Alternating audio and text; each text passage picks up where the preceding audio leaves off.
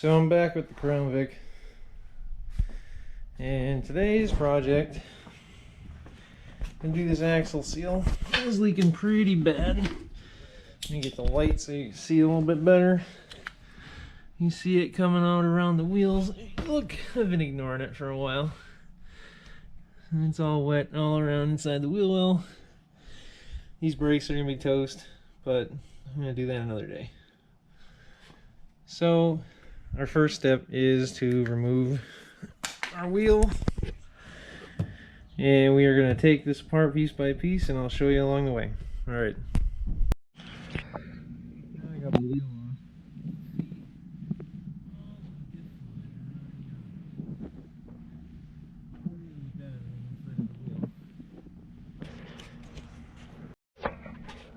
You can see my brakes are pretty well covered in gear oil. Once your brakes are covered in gear oil, you really should replace your brake pads and your rotors, because it soaks into the brake pad and they do not stop as well. And then we are going to take this rotor off, and we'll work on start disassembling the rear diff cover after that. Alrighty, I'll see you in the next clip here.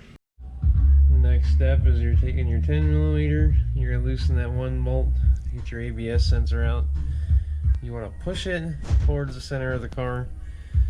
You're going to be able to have some access to it once we get the brake rotor off. So. Alright guys, now I got the two 10mm out of the caliper. They're right here. So take those two out. You want to push up on this little spring clip deal, and you want to pull it out at the same time. I already did it because I can't really do it with one hand on the camera, but you pull your caliper off like that. I'm going to set it somewhere. Sometimes they have a hook. You can have a hook to set it, but I'm just going to set it up there on top of the axle. And now I'm just going to pull my brake rotor off. Now that I got my brake rotor off, I'm going to put our gear oil inside and around.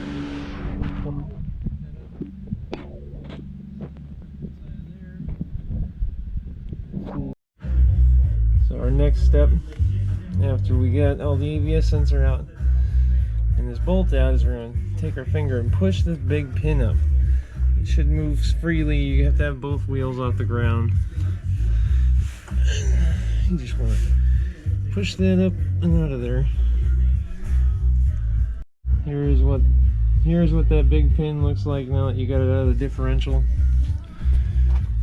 So you can see it's got its little notches, it's got its hole for the bolt to go through at the top, so that's how you know which way it's got to go in. Now we are going to push the axle in the outer end. So now I got the axle pushed in right there, because I'm doing the right side. I'm going to grab my magnet and pull that clip out.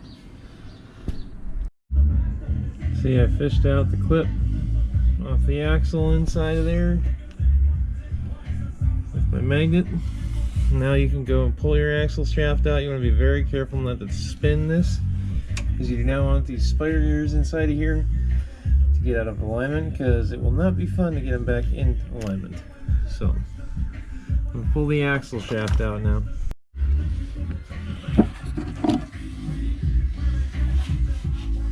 Pulling the axle shaft out, grab around the end, and slowly pull it out while not spinning it. Hold it. So you can see friggin' axle seal leaking all over. So you're going to take your axle bearing removal tool, you're going to put it like that sideways, you just slide it in. You want to get it all the way past the bearing and everything, trying to wiggle it around, and make sure you can't pull it through like that. So that's how you find out which size you need. So I got my little tool on there, I tighten this with a wrench, tighten my jam nut with a wrench, and nothing moves. As you can see, you just sit here and you smack it up. So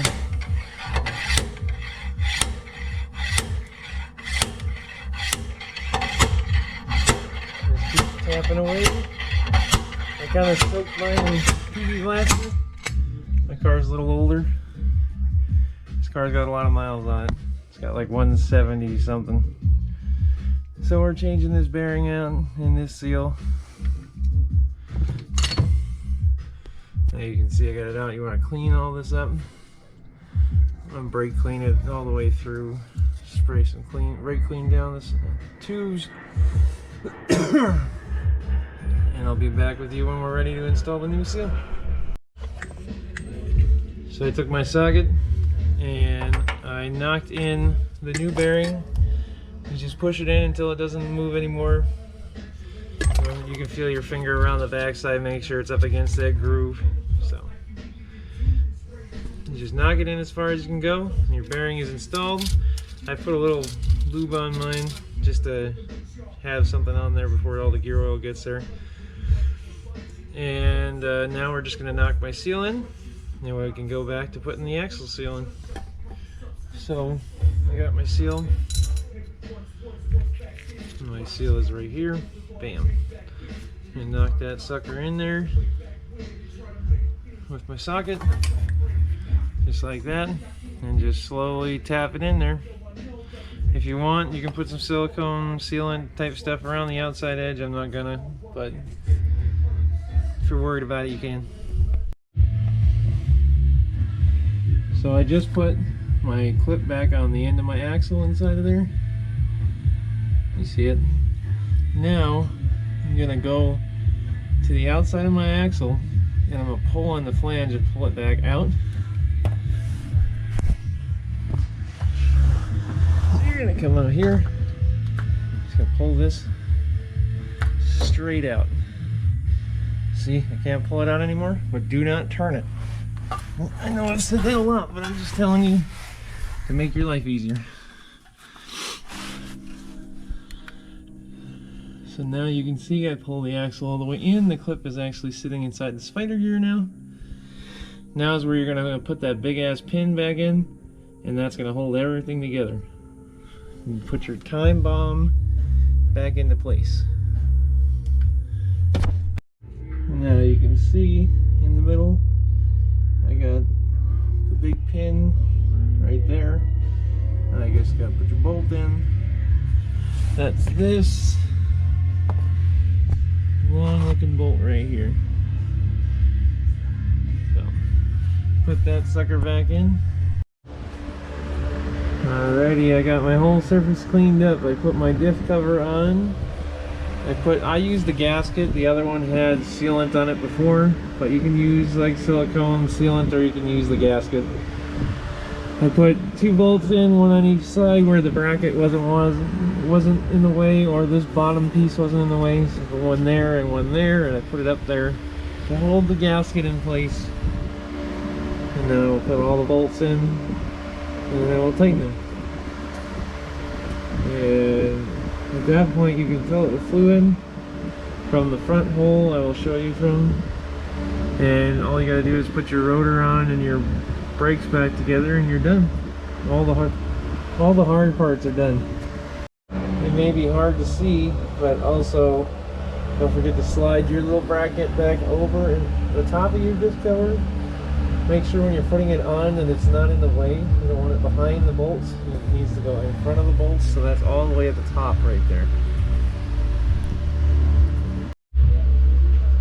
So this is at the front of your differential. See, there's your drive shaft. You look up here. That's what you need to take out to fill your differential. Once you have your cover back on and tight, it's just a 3/8.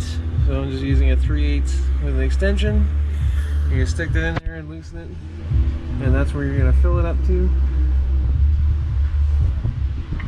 If you fill it up all the way to the hole, and try and have the car as level as possible, you're really supposed to have it a little bit below the hole. It's like a certain measurement, but that's why these cars tend to leak out the breather, because people overfill them. So that's what we're doing.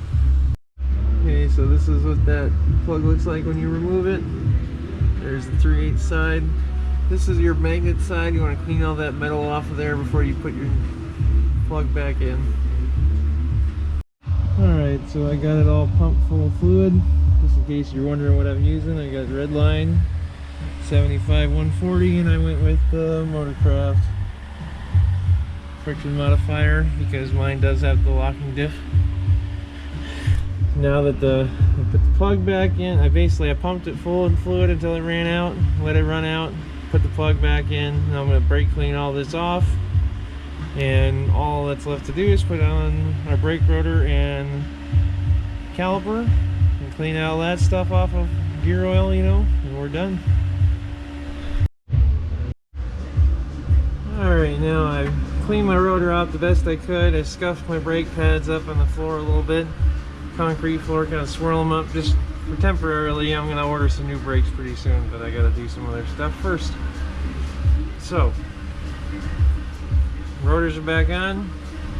You slide your caliper back in. You put this top notch piece kind of in there first, and then you slap the bottom in where that clip locks in. So now it's in there for good. And then that's when you go on the other side here.